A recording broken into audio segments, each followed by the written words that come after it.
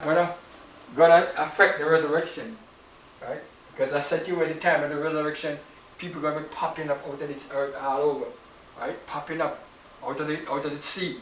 People were popping up out of the earth, right? Because God is gonna speak to death, and He's gonna say, "Give up, give up." Okay. So buried in the Holy Land is nothing, and I wouldn't mind getting a vacation, go on vacation to the Holy Land, but I don't think it's going to save me. It's not going to make me, be worthy before the Lord when He comes. I said, well, how many times did you go to the Holy Land where I used to walk there? I said, well, I went one time. I said, okay, I'll let you in, right? I had nothing to do with anything. People are caught up with all of these things today, right? The salvation of Israel. And Jesus told them, He said, "You shall not see me till that day when you say, Blessed is he that cometh in the name of the Lord." And He warned Caiaphas. He warned him when he was questioning him.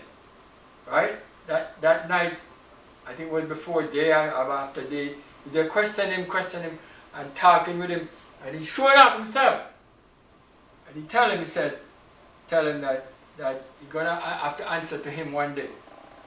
Okay? You have to answer to me one day. Imagine the terror when these men have to stand before the judgment seat of Christ. Right? Stand before the judgment seat of Christ.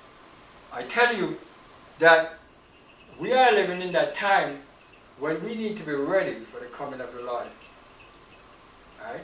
And we need to understand that, as I said, this thing all started, Israel became a nation in 1948. And a lot of things have happened since. A lot of things have happened since. Israel has fought wars and fought wars. It has now come down to rock bottom. Okay? As I said to you, this war they just fought here now, right, was so short, less than 2 weeks. And 4,000 rockets have been fired at Israel. 4,000 missiles have gone at Israel. And they're saying that because they didn't have the technology to aim them properly, a lot of them fell and hurt their own citizens. But somebody said that they are really testing the ground. As I told you before, they have made these weapons and they intend to use them. So this was just you heard him say, the thing come on, and he said, boom, and he said, this is a test of the emergency system. All that Israel had was just a test. Let them not rejoice. Okay? Let them not rejoice. The prophet came and told Ahab, he said, go and strengthen yourself, because by the return of the year, he said, the same Syrian army you defeat, you're going to come back. So nobody go, he said, there's no time. There's no time to celebrate. No time for that. And when the king went home, the king said, like King I said, but you mean they will defeat us and we have to just come home like dog with a lap between our tails, his tail lap between him, and humiliate us, how maybe we look so bad, and we supposed to be the baddest army around here? It's okay. We're going to come back with a vengeance. Say, are you kings? Go sit down. We're going to put captains. We're coming back with a vengeance this time. Right? We fought them. Their God is a God of the hills. We're going to fight them in the plains this time. We know what happened, man. We were up in the hills there. It wasn't easy for us to maneuver. And it's their terrain. We're going to fight them in the plain where we can beat them. Right? And just because they said that, the prophet went and told them, said, you know something? I know the God knows you're a wicked man, but for my name's sake, they talk about I am a God of the hill and of the plain. Do they know who I am? I have to prove I have to let them learn, teach them a lesson. Right? Teach them a lesson. So, they're coming back. You're going to win the war again. The man who was fighting the war didn't even understand. He still went on in idolatry. Right down to the day of his death when he was destroyed. Right? Still went on in idolatry. So even the victory that God wrought didn't change his heart. The first one didn't, and the second one didn't. And he was so stupid that he made a covenant with the enemy, that God was angry with him. But God said, well, hold on.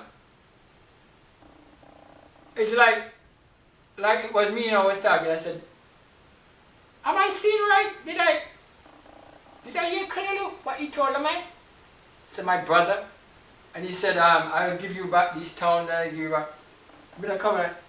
I said, do you realize what you're doing?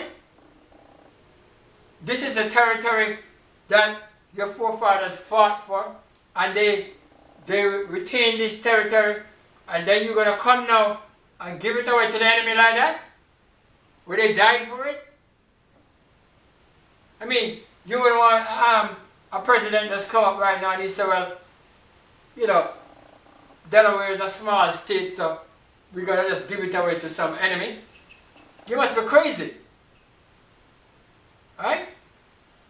I know the whole nation would be at war. I said, no, we can't give away our territory to the enemy. Moreover, that might bring the enemy too close to us.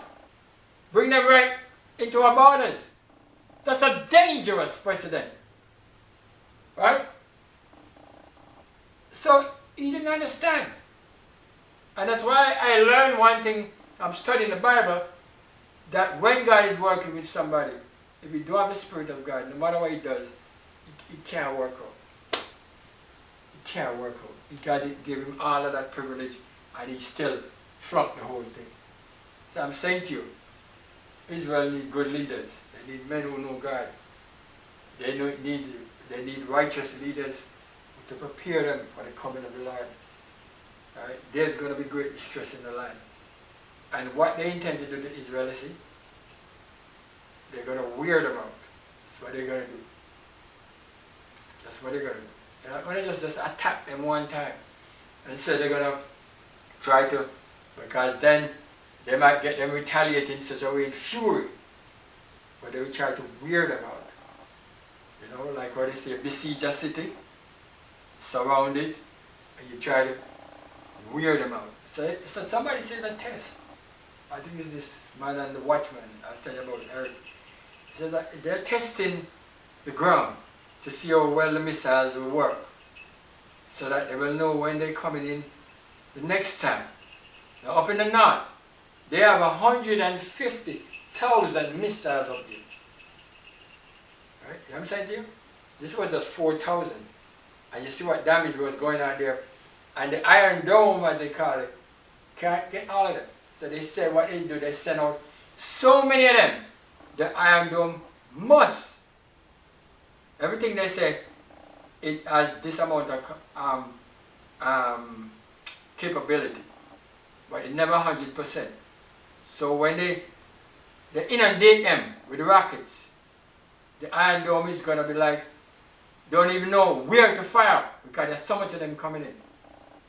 That some of them must come true.